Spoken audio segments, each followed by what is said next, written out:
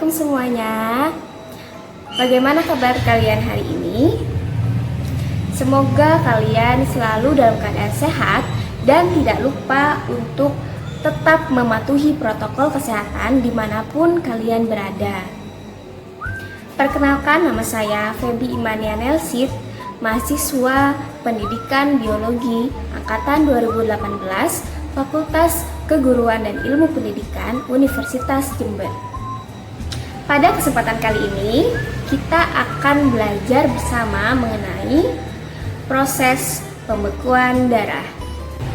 Nah, tujuan pembelajaran pada materi ini diharapkan peserta didik dapat memahami proses pembekuan darah dengan baik. Sebelum kita lanjut ke proses pembekuan darah, ada baiknya kita mengenal sedikit tentang darah.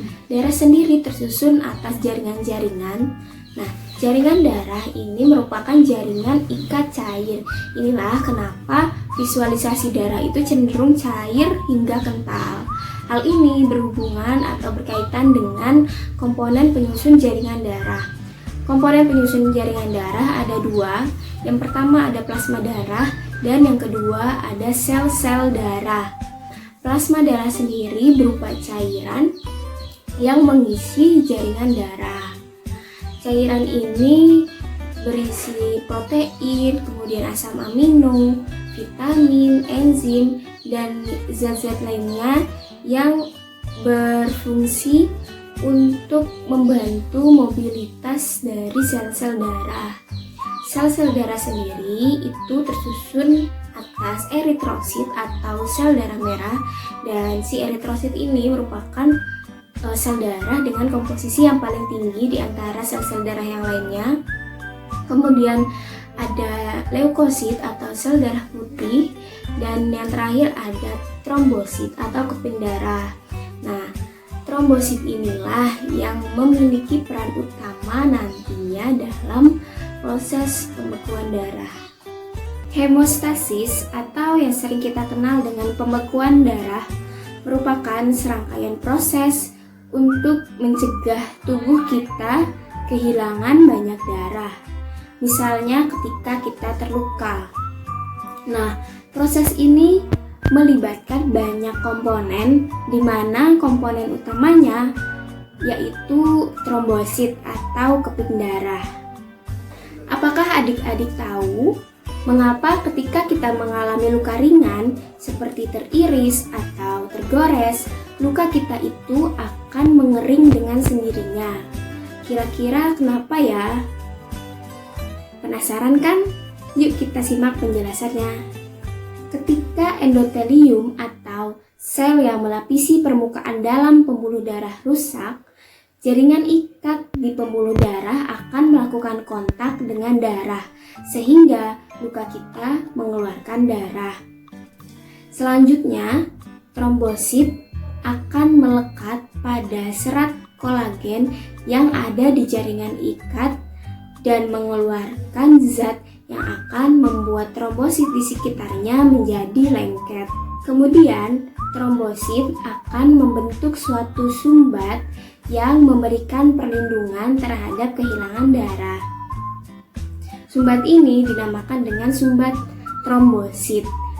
Segel ini diperkuat dengan gumpalan fibrin dan akhirnya luka pun dapat tertutup dengan sempurna. Sekilas tadi kita sudah melihat bagaimana proses pembekuan darah.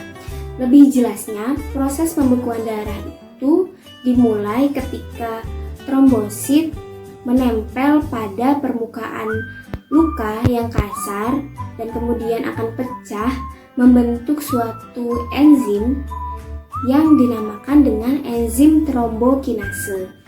Trombokinase nantinya akan mengubah protombin menjadi trombin.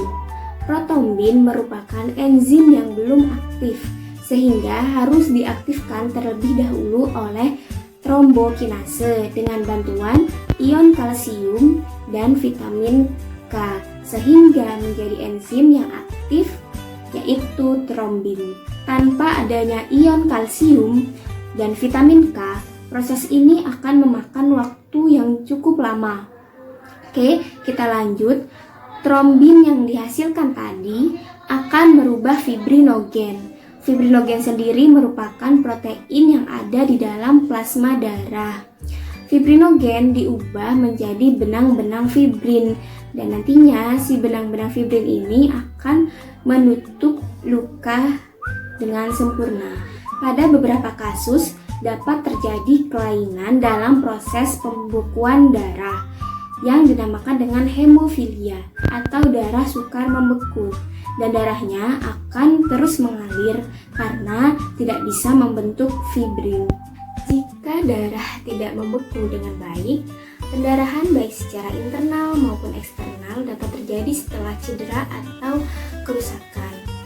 Hemofilia ini memiliki gejala termasuk salah satunya munculnya banyak memar besar atau dalam, nyeri dan pembekalan sendi, pendarahan yang tidak jelas penyebabnya, dan terdapat darah dalam urin maupun tinja. Perawatan seperti suntikan faktor pembekuan atau plasma dapat membantu mengurangi gejala. Namun, hemofilia ini merupakan penyakit yang tidak dapat disembuhkan.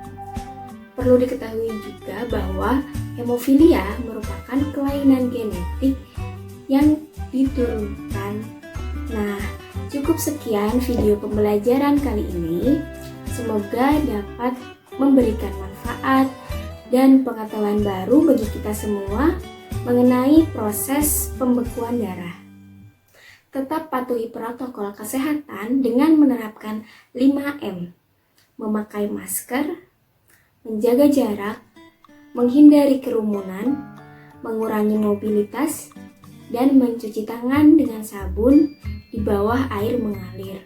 Tidak lupa juga untuk mendukung program vaksinasi yang diselenggarakan oleh pemerintah agar kita dapat hidup berdampingan dengan pandemi hingga di masa mendatang. Sampai jumpa. Terima kasih. Wassalamualaikum warahmatullahi wabarakatuh.